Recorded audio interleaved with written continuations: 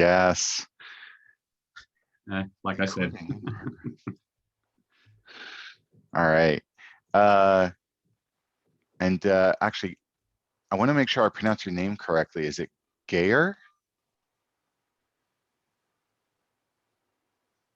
Yes, that's sufficient. That's sufficient. Okay, thank you. Awesome. Well, thank you for coming, and thank you everyone for coming. So let's see, we got Omar and Cam connecting here too. So this is an ongoing series that we're doing on adaptive org design and the different topics around adaptive org design and what it means. Today's particular topic, we have named adaptive org design for mere mortals, meaning, you don't always have to be at the senior leadership position in order to influence org design in an organization. And so we want to have a conversation today about how can mere mortals like us in potentially influential positions, but from developers and BAs to scrum masters to coaches to product owners to managers and VPs alike, how can we all try to help to influence changing the organization, or at the very least, changing how the organization is thinking about itself. So that's the kind of conversation that we want to have today. And to kind of get us started, actually, you want to do, Dino, you want to do the who are you as breakout sessions, given the number of people we have here? Yeah, I think so what we're going to do is we're going to put you into breakout rooms of 3 or maybe 4 people, and where you get to quickly share and connect with some people that are in the room, who you are, and what are you hoping to get out of this session, and perhaps what's a challenge you're currently facing with regards to org design matters, and just share for a few minutes. We're going to give everybody 6 minutes. The questions are in the chat. And feel free to share as much or as little as you want, and we'll see you back here in 6 minutes. Okay? Sounds good. Have fun.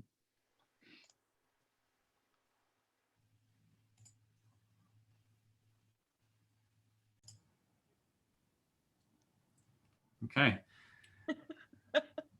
So we would love to hear what were some of the things that were shared and some of the challenges that are being faced by you all. Anybody would like to share?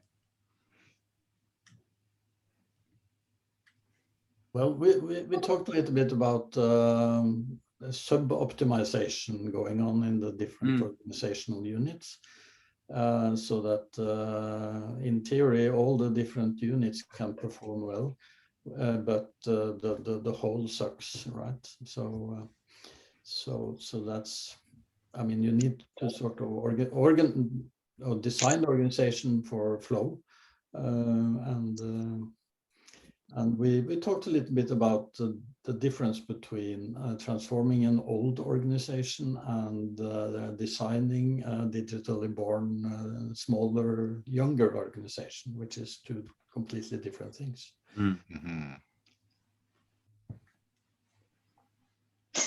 So my name is Stacy, and I'm in from the United States. My situation is a little bit different, as I am going to call myself a beginner. In the past, I think I've done, in other positions, I've done components of organizational design, but not necessarily realizing like, oh, this is a real thing. With the whole, this is like, a whole thing. And so not realizing at that moment, that's what I was doing. I was doing tasks or responsibilities, but not necessarily realizing that's called organizational design. I'm also a doctoral student in organizational psychology, and I want to focus and concentrate on organizational design. And so I had to kind of jump in and find a way to just kind of jump in there and indoctrinate myself in the language and the theories. Cool. Brilliant. Thanks. Well, congratulations. Yeah. Thanks.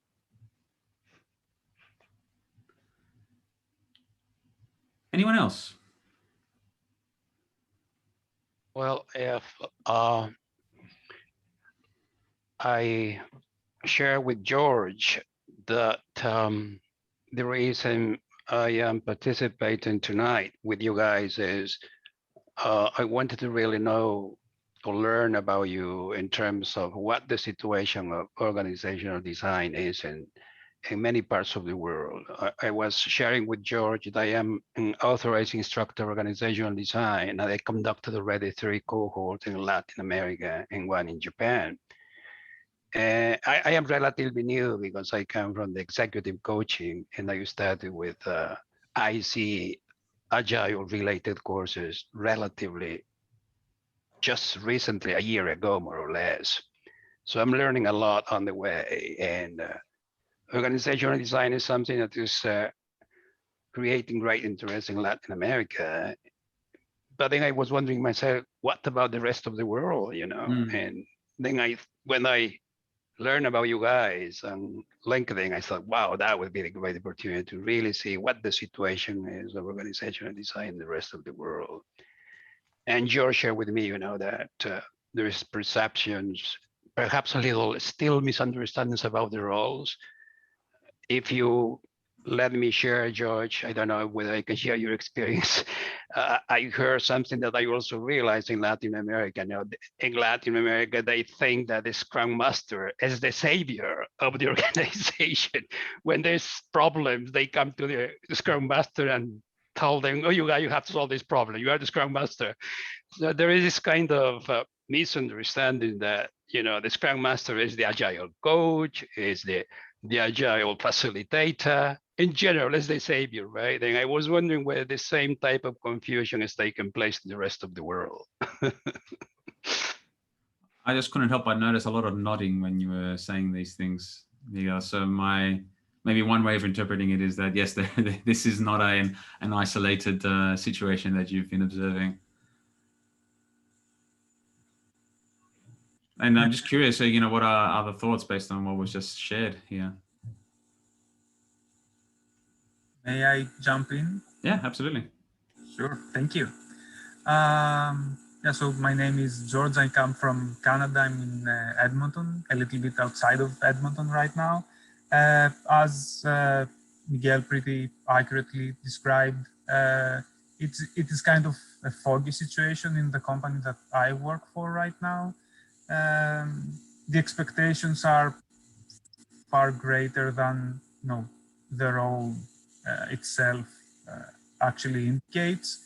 So, you know, you need to be the Scrum Master, but at the same time, you need to step up and make decisions for the organization because you're the Scrum Master. So you are supposed to, you know, keep in your hands all the processes for everything. But this everything that people hear actually extends to a far greater extent that, you know, than you are expected from the role. So mainly, you know, my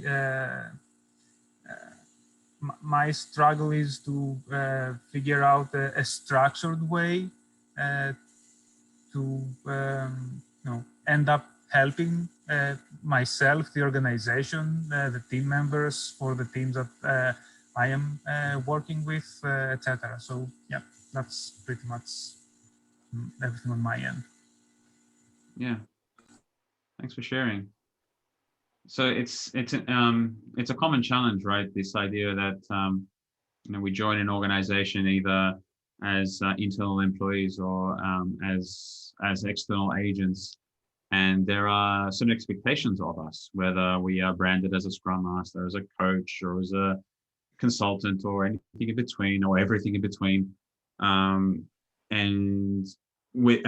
are certain expectations, and perhaps, well, maybe perhaps, maybe always, there is a mismatch between what we are offering and what is expected of us, right?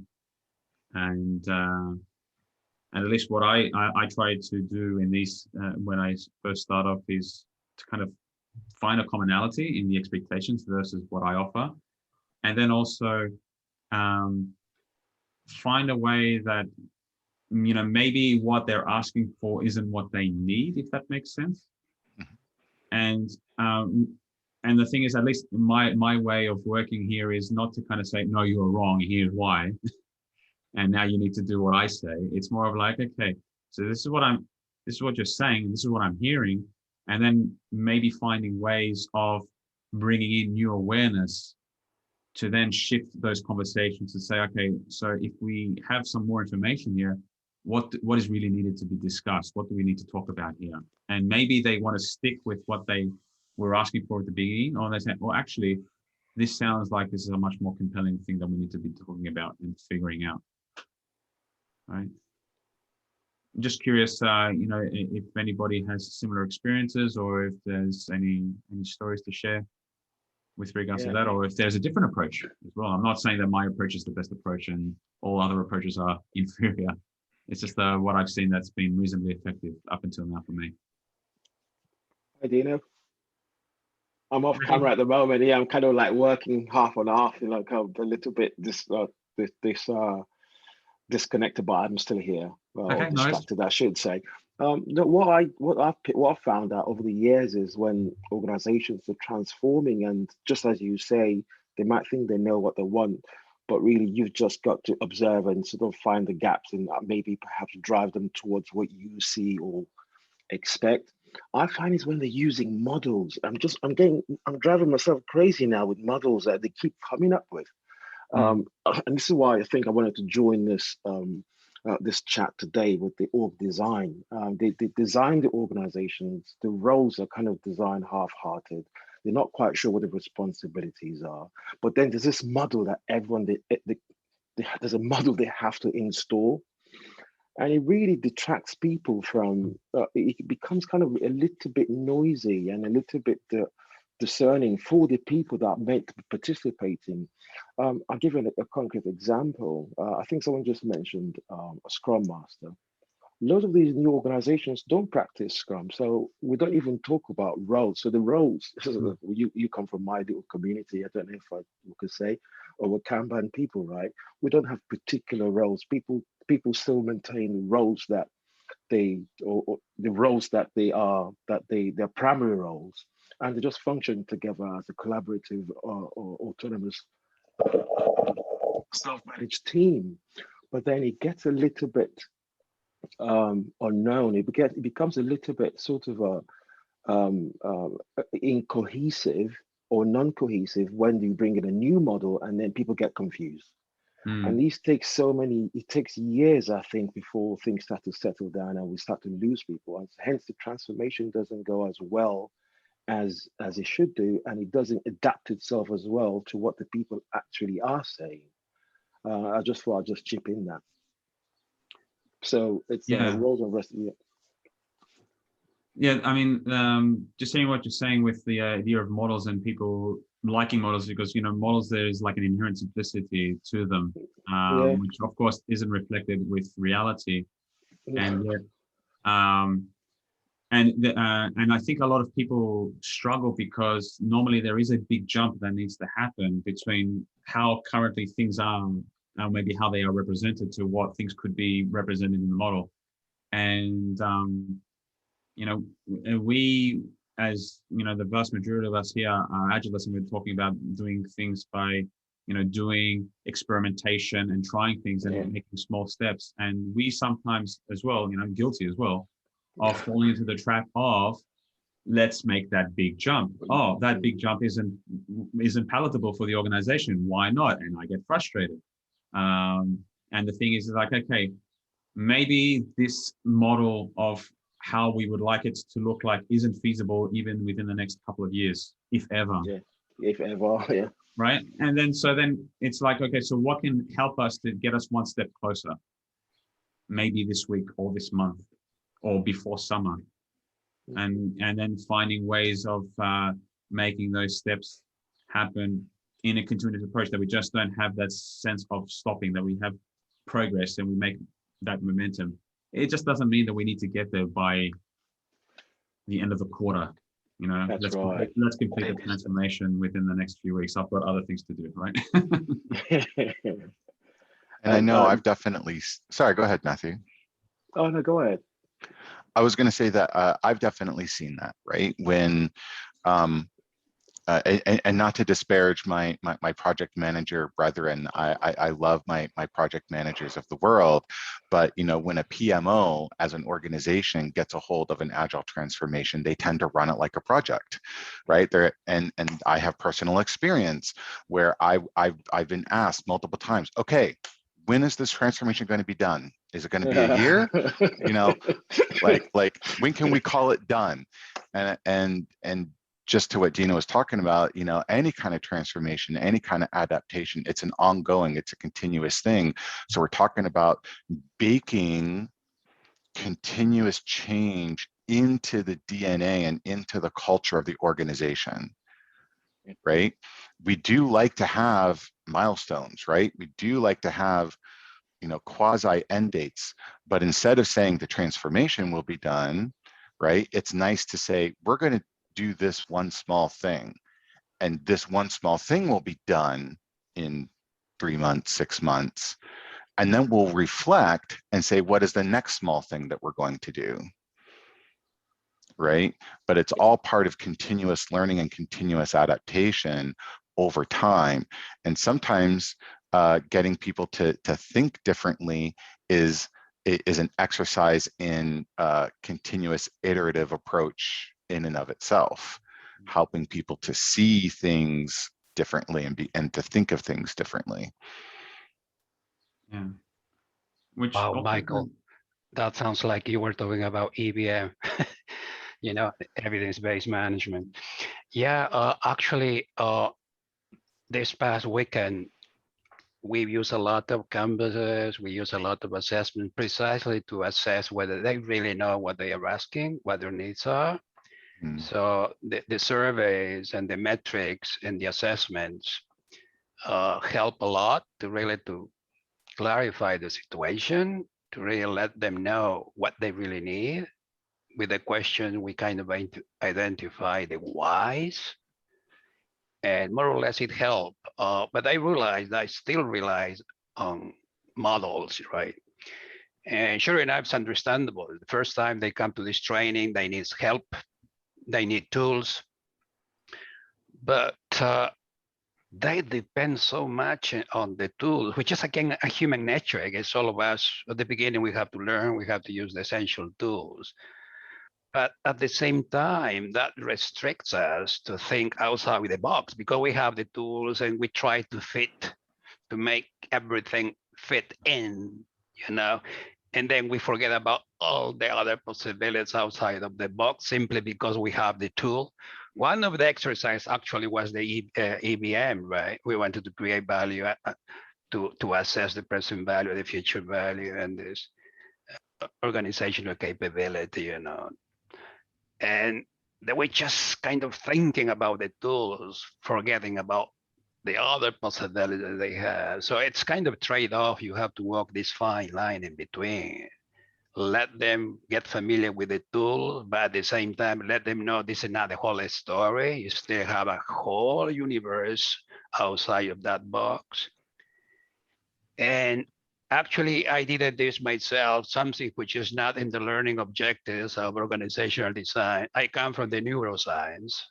I introduced one module about the neuroscience.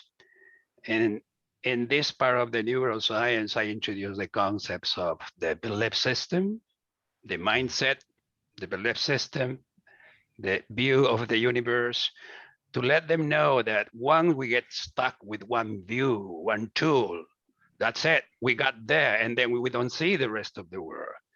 We analyze very much about all these biases, and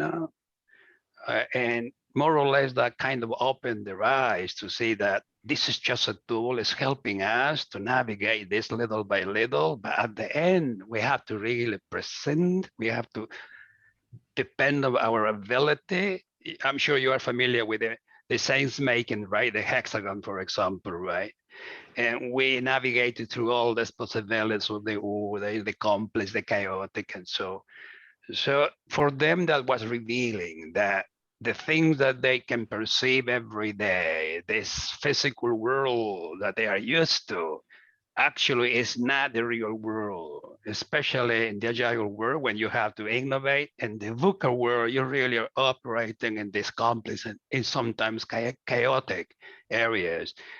And the rational mind doesn't work well there. You have to use the other part, the creative mind. How do you use this? I use the neuroscience to more or less understand what's going on in the prefrontal cortex, and the dorsolateral, the premedial ventral prefrontal cortex, the amygdala, and so on, to let them know that it is something that happens at the subconscious level, right? While the rational mind is paying attention to very narrow kind of tunnel focus, but we still have this potential, yet we are restricted by the tools, the principles, the activities, all the things that the Agile manifesto says, and that restricts us. While on the other hand, if you leave that alone for a while, you can really amplify your view and all the possibilities emerge naturally, right? So then I guess I am getting these things that we have to add other part, not just the frames, the approaches. There is something else that should be included. And to be very honest, the neuroscience helped me a lot when I did the last training. And I believe not only the neuroscience, but I guess we have to include psychological components too. For example, everybody's talking about psychological safety, is that right? But now there is another concept, it's the social safety. Psychological safety is just to say, can I speak? And then with psychological safety, people are encouraged to speak. But social safety includes not only psychological safety, but this sense of belonging and trust, right? Which is another dimension too. And I guess it's very comprehensive. So I'm wondering, if the organizational design is going to include all these other components too. I was wondering, Miguel, you mentioned a lot of models and thoughts and theories. Which one of them is for you the most applicable to, well, for instance, organizational design that we are talking about today? I believe what I like is EBM is very practical. At the same time, it takes you outside of your comfort zone, because you go with these short cycles of experiments, and that plus OKR, you call it OKR, right? Those two components I found it very, very useful. Okay, thank you. Yeah, and I think also, I think a lot of us have some familiarity with things like the difference between complicated and complex and those kinds of things. And I think, not to make any assumptions here, I think most of us would have at least an academic understanding of the differences between the two. And I think what a lot of people struggle with is like, okay, I can understand this concept and this model, and I got these tools and all that, and I can't do anything with them because the organization doesn't let me, right? Or at least that is the perception that we have, right? Because if only I have access to the entire executive committee or the heads of HR, only then can I finally have the ability to influence the design of an organization. And I can at least say I've never had that privilege or ability or that influence. And I have still found my ways of being able to influence the design of an organization, perhaps indirectly. And I don't know about you, Mike, I'm just kind of curious if anybody else has had a similar kind of challenges and ways of working with whatever is in front of them. Mm-hmm. Yeah, I'm kind of curious, like, what I'd like to hear, what sort of stories might you have where you are not in a position, you're not in a position of positional power, of authoritarian power, but you've still found a way through influence to affect the organization. Even if it was just with one team. So if I may, I've had some experiences like that. They are not coming very often. And one common denominator is that the organization is not that big or that old, right? But another very important factor I feel very strongly is very helpful is if the organization have identified which problem they need to get solved, right? Do they need to become faster, or do they need to become more flexible, or do they need to be more to deliver better quality, for instance? I mean, as soon as the top level part of the organization has some business-oriented improvement goals, in my experience, everything else becomes much easier to address. Yeah. Because then you get optimization goals, right? So what should we optimize this organization for? Is it for throughput, for end-to-end time to market? Is that the most important thing? Okay, then we also know something about how the organization needs to look like, right? So or if it's other kinds of top level or high level improvement goals, everything becomes so much easier, because then you don't need to talk so much about models or frameworks anymore. You can address the problem or use a language that is much more directly addressing the needs of the company. But you're still delivering agile. You're still delivering, maybe Scrum is a very good solution for improving the end-to-end flow. Very often it is. So I end up with sort of coaching in the same direction, but the ability to get acceptance on and the likelihood that people are actually suggesting solutions themselves increase tremendously, right? They get ownership. So because we need to improve the end-to-end flow, we also need to get these cross-functional teams to become stronger so that they can actually finish what they have started on themselves without getting blocked. And when people are telling me as a coach that this is what we need, okay, that's sort of that's not a thing you experience very often, but when you do, it gives you a very good feeling, right? Yeah, absolutely. Nice. And you're just giving that example of what you were saying about, getting cross-functional teams. So, for example, a common org design challenge that that I have faced is how to bring people from different departments in one team, right?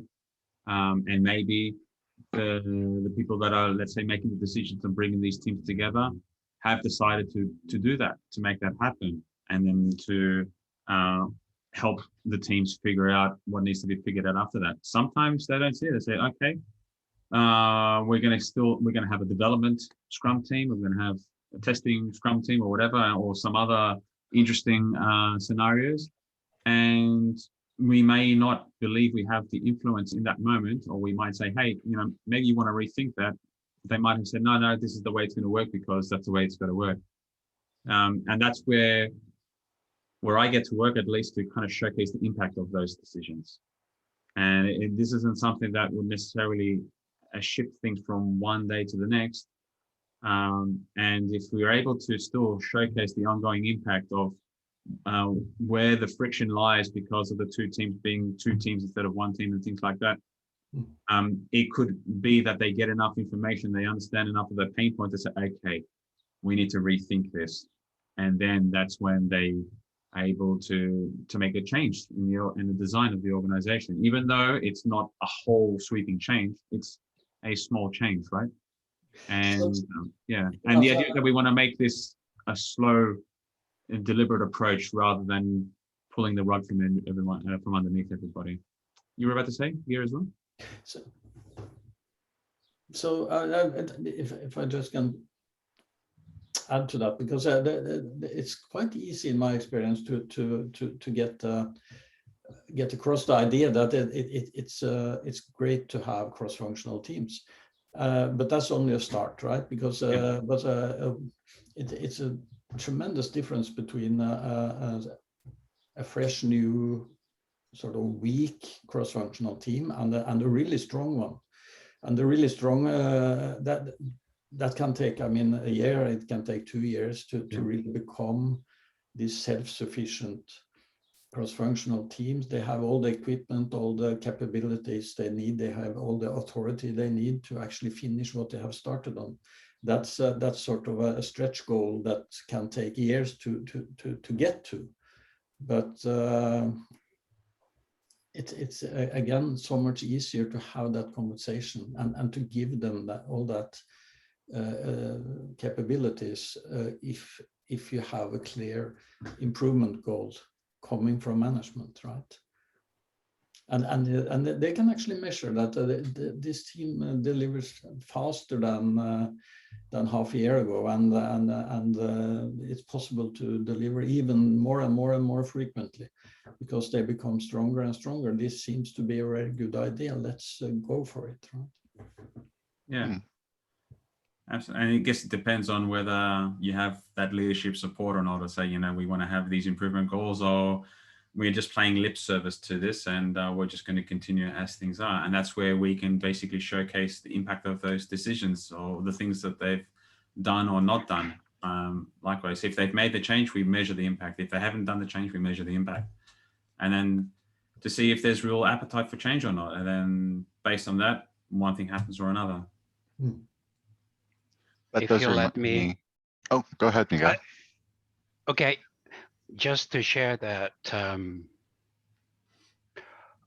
as you know, in organizational design, we analyze very much the ecosystem, correct? And the ecosystem really deals with so many parts, which is not only the company, but it's also the other spheres, right?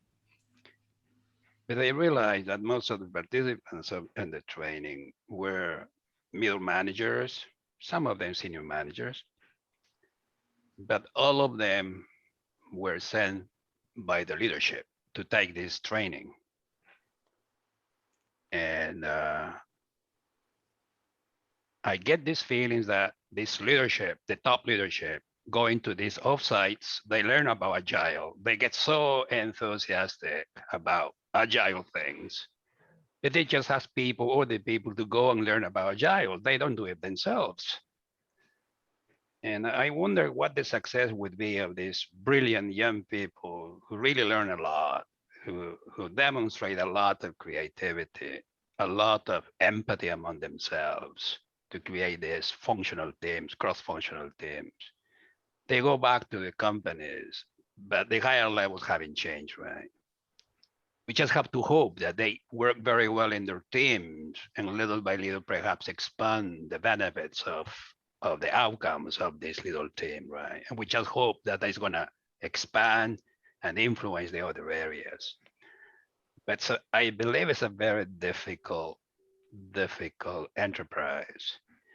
And I tend to believe that first we should start with leadership first to make it much faster, more effective, more efficient in using the resources.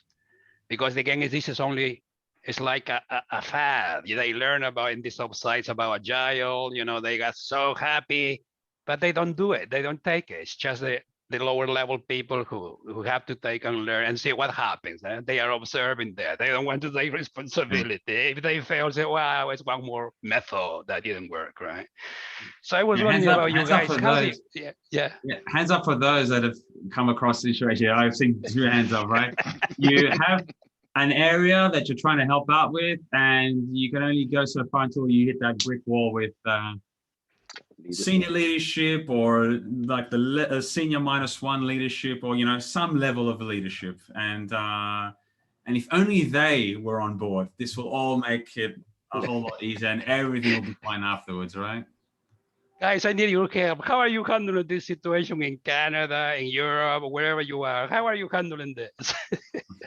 You just sit. Sorry? You just quit. I literally left a job about a few months ago just for that. And the senior VP was interested in the outputs. He was interested in Jira tickets, not the culture. And that was agile to him. It was agile transformation. And you kind of know that's not going to go anywhere. It's a farce.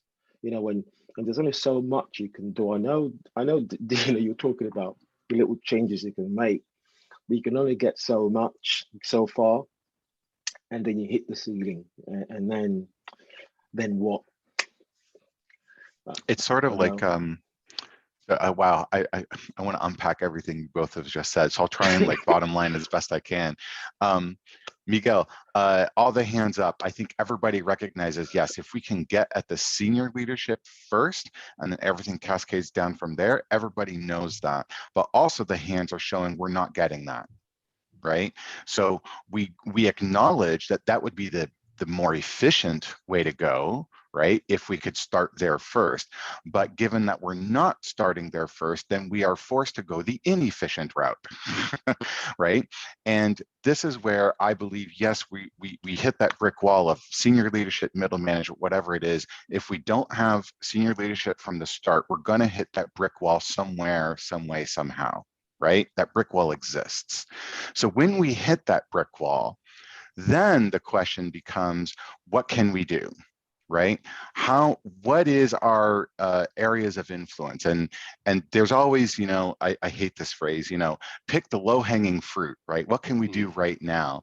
And that's great for getting initial, like, you know, wins under your belt to kind of show progress, to get people excited, to get people to say, yeah, this works. But eventually, what happens when all you do picking the low-hanging fruit, the tree becomes barren and empty, and all the fruit is back up at the top again, and you're back up hitting that brick wall.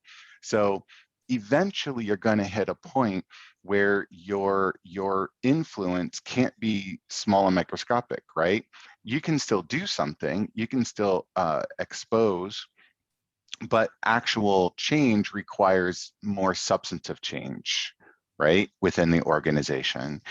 And at that point, I'll kind of go back to what Dina was saying, start to expose it. You still have influence, right? You still have capability to at least change the conversation that the organization is having. If this particular VP or whatever, Matthew, was all about output and all about the Jira tickets, great. Then you start showing the impact and the effect that has on the rest of the organization. Start doing engagement surveys, right? Start taking informal polls around the people. Are they feeling overworked? Are people, you know, feeling like they're just a cog in a wheel, right? Where does engagement sit, right? There's a lot of little subtle things that we can do to continue to exert some kind of influence, because even if the workflow doesn't change and the structure doesn't change, at the very least, you may be able to start to influence the conversations that the people are having in the organization, right? And shift the conversation from, you know, output and Jira tickets to, oh, what about engagement? Oh, look, engagement is really low, right? And you know, you'll either get, bah, I don't care about engagement, give me those Jira tickets. Okay, you know, now you know where you stand, right? Or you get, oh, you know, why is engagement so low? We're producing all these Jira tickets. Why aren't they happy that they're producing these Jira tickets, right? And then you get to have a different conversation, right? So those are the kind of influences that we're talking Mike about was too. saying here, because, you know, we might not be able to change the organization per se, but we can at least help build new awareness. Give them some information they might not be aware of, and some of them don't have to be very huge endeavors. One thing that I've been playing around with is, you know, I know that a lot of people are now getting vaccinated. People start thinking about getting back into the office, and you know, it was so much easier before. Like, we would be able to have things on the walls and have a whole bunch of different data and all that kind of stuff. What I actually tried earlier today was, you know, I would share my screen, but instead of sharing my window of the thing that I wanted to share, I wanted to share something like I shared everything on my screen. It's like, wait, don't pay attention to that. No, hang on a second. What was that there? Oh, that was just another thing of like, oh, you want to look at that? Okay. So Building it's a Brilliant. I like small that. thing, I right? like If you have that ability okay. to give that extra information to someone, just enough to get some curiosity. For example, like what I had was the cost of waiting in the last month for the project was, you know, this many thousands of euros. Hang on a second. This is something that I'm That's interested in. interesting. This is not interesting. Right. Yeah. No, this is something important. Okay, so this is the thing. Or like what I did as well is that we put together a value stream for one of the teams, and we were kind of showing something else, and I had just that tucked in the corner there. It's like, no, hang on, what is that? No, this is the thing that we did with the team. Did you want to have a look? Yeah, oh, well, let's have a look. Oh, wow, there's so many steps here. There's so much waiting here. Yeah, we should do something about that. That's a great idea. Right. Just a bit new information. It doesn't have to be a huge report or a presentation like that. It just happened to be on the screen. I have You go ahead. What I like, Michael, go ahead now. I was going to give a real quick story. A friend of mine tells this story about how a team came together and they were doing okay, but it's one person on the team had to do this repetitive task every week, right? And they took it to the manager, and the manager's like, yeah, okay, that's fine. Just have him do that task. So, but that task was actually interfering with the team being able to do the rest of the work. So what did he do? Every week they started to count how many hours this person was spending, and then they counted the hours. The manager's like, that's fine. So then they took, you know, an average salary times the number of hours, and they put a dollar amount next to it, right? And even still, the manager was like, okay, fine, right? You know, so many hundreds of dollars a week. So then they started accumulating it. So over the course of like 2-3 months, like what was the sum total of dollars spent doing this task? And that's when the manager finally had an aha moment that this task is not worth this amount of money, right? So sometimes something really small can have a big impact. Yeah. So just curious with what's being shared, it's like, I mean, we know that there's so many things we can do, that we could do. What's one thing that you might want to be able to do even tomorrow morning or this afternoon for those that are on the other side of the pond? Dino, before you ask that question, could I just, in the last conversation, add something? Yeah. So 2 things. First off, I do, okay, maybe as Geir said, it does depend on the company. But I just want to say that, yes, there are many cases in which we have top management being fully on board and actually wanting to work. So I don't think that the brick wall is everywhere, and so on and so on. Hey, Ivana, you have to teach me that. Tell me, how do you get everybody on board? What's the secret? Well, it doesn't actually need to be everybody. Yeah, I mean, the point is that there's a lot of, I think, I know, I've seen it with my own hands and eyes that does happen. And now I'm going to ask for you to raise a hand for the cases in which you've had someone you believed was quite, let's say, classical PMO, project management, and so on and so on. And actually, through the period of working with you or colleagues of yours, they did get it and they did start using it. I'll be very happy. I just want to kind of mention that there's the other side of the coin, and I think this is the brilliance of what we do, right? It's like we are offering opportunities or creating more options for people to see the opportunities that are ahead. And connecting back to a second point, Dino, if that's okay. Yeah. The second point I wanted to make was coming back to what Geir said. I so much agree with him that at the end of the day, in a sense, the point is there a clear goal or an idea of where we're going towards? And in the sense that the org design, or I often prefer to call it org redesign, because hopefully it's not going to be this one-time thingy, is a tool. Yeah.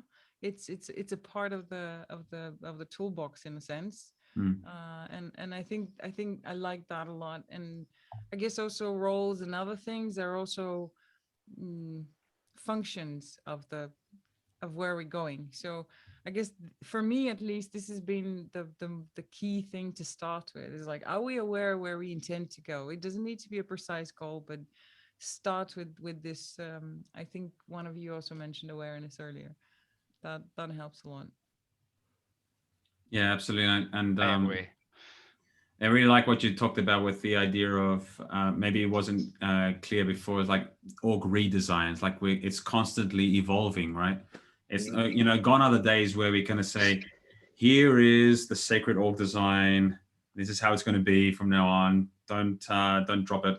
It's very fragile. It's a matter of how we can do these small incremental changes continuously.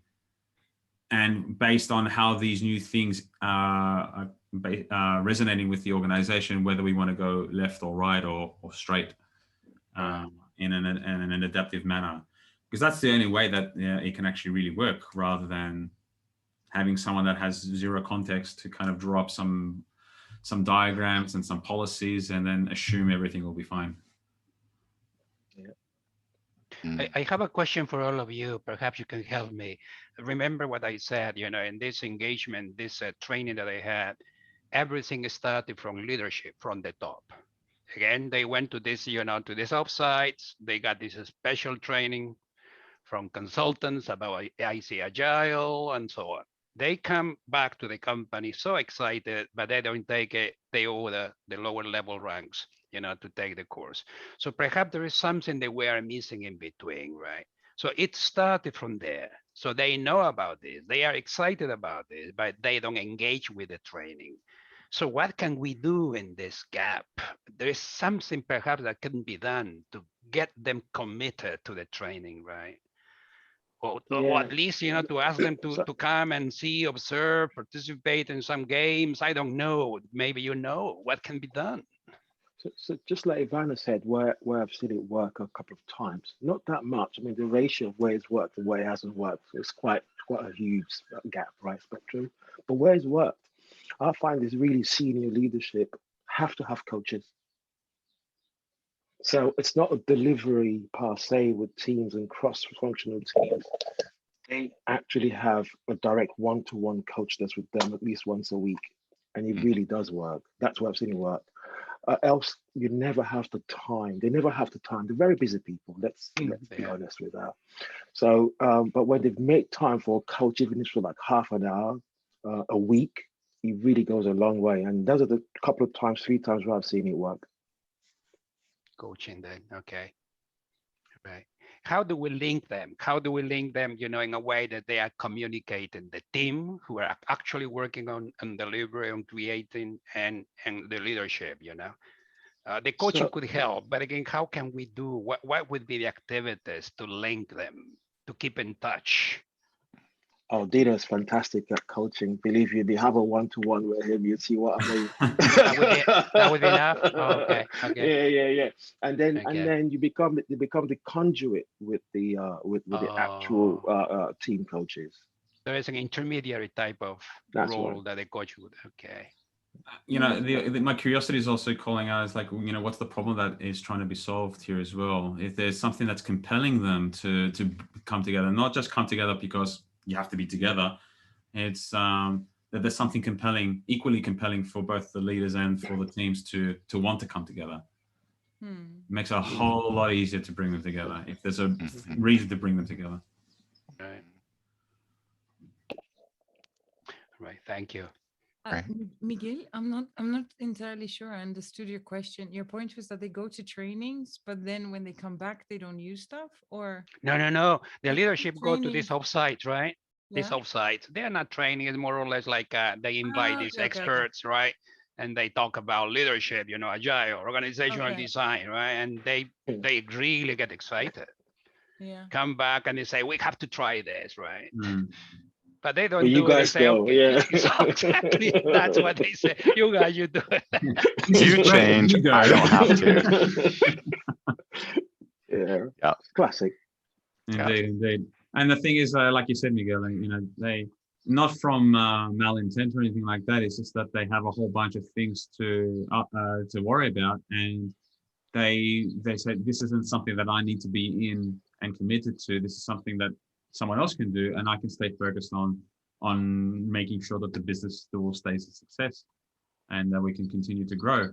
And it's just they don't know that this whole agile thing is a different animal.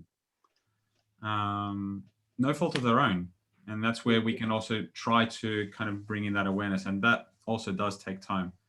And again, you want to bring a compelling reason of why they would, what's in it for them to know more as well. So thank you, Martin. We've had a few people drop off. I'm just noticing the time, and I want to be respectful to all of your guys' time. So at the risk of sounding like a YouTuber, I will say, you probably found us on LinkedIn, so please like and subscribe, click the button below, whatever they say.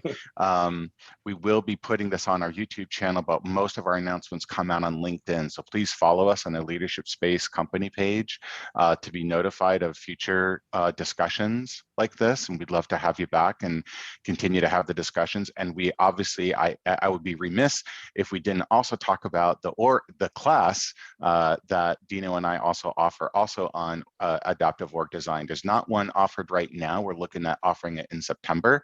So again, if you subscribe or like or follow or whatever it is on LinkedIn, the Leadership Space, you will get notified when the class is open, and we'd love to see you in one of those classes in the fall.